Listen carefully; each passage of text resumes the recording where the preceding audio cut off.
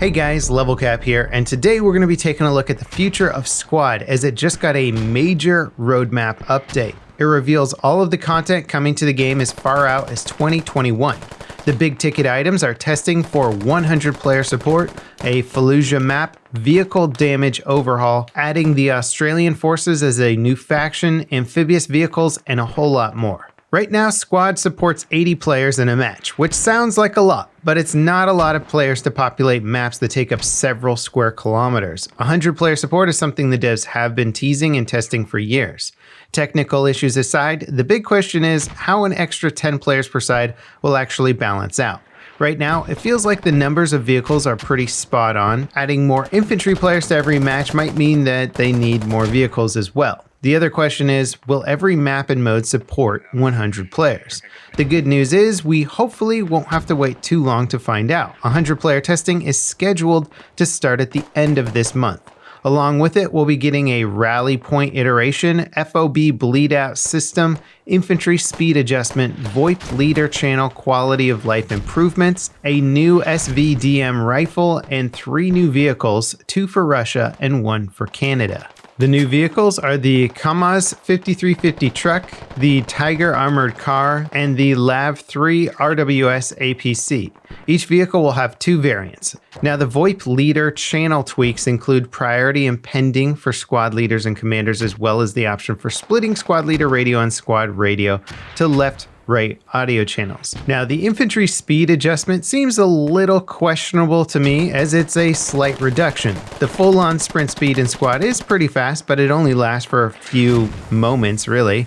I've never really found soldiers to move too quickly, but I guess we'll have to see what that adjustment actually looks like before making up our minds. As for the updated FOB bleed out system, it seems like the goal is to improve the survivability of FOB radios against lone attackers. So you shouldn't have entire FOBs wiped out by a single player. And finally, the rally point iteration is making it an actual inventory item. Now, moving into Beta 22 for August, we'll get a new map set in Fallujah. Most of the maps in Squad are set in rural areas like farmlands or desert.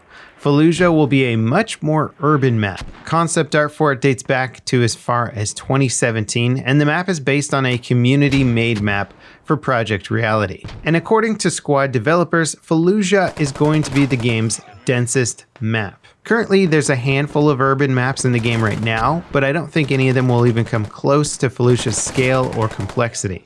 The new maps will also come with a new faction, the Middle Eastern Alliance. I'm personally really curious to see how an urban map of this level of complexity and density changes the gameplay, as I'm sure it will be pretty different from playing on other maps. Now, as for the gameplay updates, hab spawns are getting some changes, the capture mechanics of objectives are getting tweaked, fire team leaders are getting some improvements, as are helicopters. Weapon skins are also finally coming to the game, starting with the Kickstarter founder reward skins. That seems like a very long time ago. I think I might actually have some of that. I can't remember. Now, the hab spawn changes are pretty simple. A short delay is being added between when a hab is built and when players can actually spawn on it. A short delay is also being added when an enemy overrun has been cleared and players can start spawning once again. The capture mechanics tweak is now changing the capture duration based on the number of players capturing the objective. Currently, without the tweak, it's on a fixed timer regardless of how many players are on the point. So you can think of the new system as being pretty similar to Battlefield's capture point mechanics. The fire team leader improvements will allow them to place fortifications, and they'll allow them to implement an auto assignment for the role. Now, the helicopter improvements are actually pretty significant. They focus on improving handling, but there's also a big bug fix that will prevent helicopters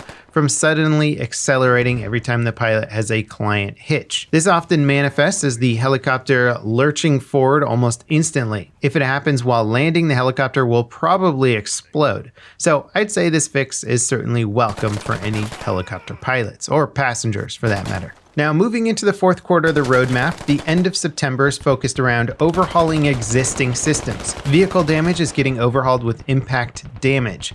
So if you ram a tree or fence, it'll actually damage the vehicle instead of just bouncing off of it.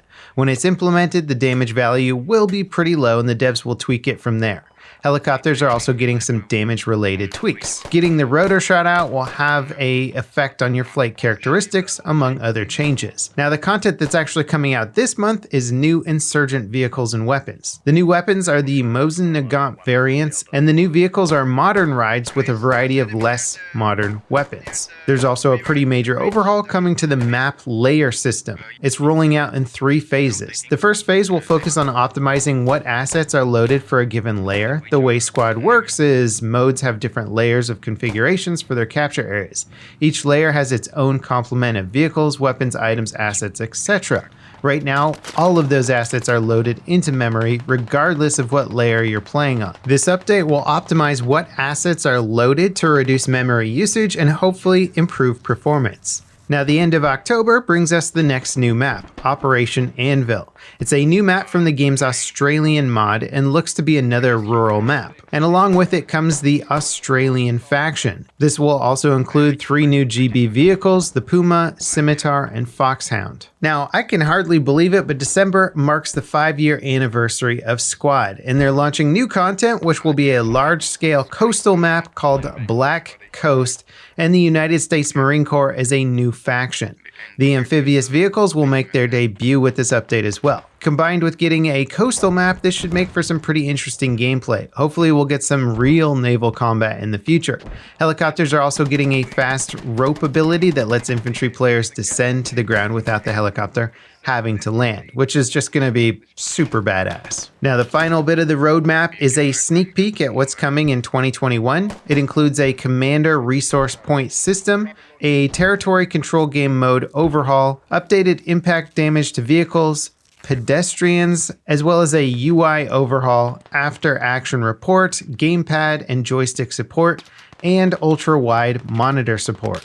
A Pan-Asian faction is also being added, though the name is just a placeholder for now. And finally, another new map is being teased. Now, overall, I think it's safe to say that this is definitely one of the most comprehensive roadmaps ever released for a game, especially for an indie shooter like Squad. Not every single edition here is going to be headline news, but it gives me the impression that Squad will only get better over time, and all of these changes seem like good, important, and even necessary ones. The 100 player support is huge, as it basically adds an additional fire team to each side of a map and will help fill out larger maps quite well. Getting a proper urban map is also going to be huge, well, maybe literally as well, but also the concept art just looks fantastic.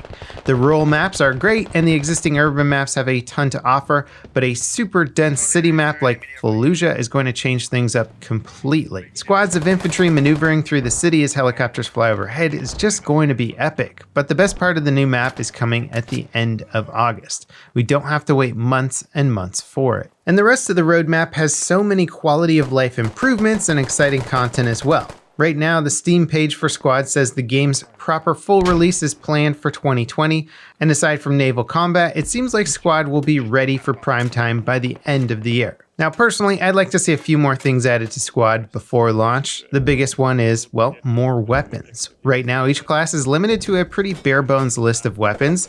It helps distinguish between roles, but most of the time you're really only playing 1 or 2 different roles. It can get kind of stale always using the same gun. Fleshing out available weapons with more options, especially for the roles that only get like different optics for their different loadout types, would be a great way to just make the game more interesting. And as much as I'd like the devs to take it a step further and maybe let us fully customize our loadouts, I get why they've avoided doing that. Squad is more about teamwork and authentic gameplay. Having players running around with all sorts of crazy weapons and attachments and optics would dramatically upset the game's balance and also just sort of the look and feel. The other big wishlist item for me is maps set in more recognizable places. I have a huge appreciation for Squad's attention to detail and sort of drawing us out into more rural combat areas that probably are where a lot of the actual fighting in our Middle Eastern conflicts have been. But Fallujah is really the first map that is a super identifiable location. I'd love to see more maps set in other iconic locations from around the world. Now, Project Reality, the Battlefield 2 mod that Squad was originally modeled off of,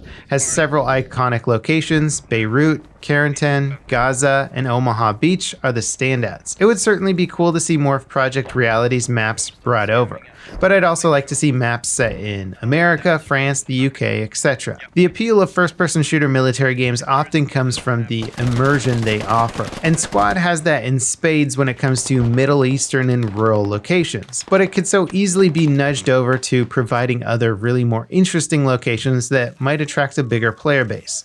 Fallujah is a great first step. Hopefully it'll be followed by many more maps that are just as recognizable. Now, if you want more info about the roadmap, I'll have it and the game's Trello board linked in the video description. After all these years, getting back in the game has been really interesting, and I'm excited to continue covering the game, especially considering all the cool new content that's coming out soon.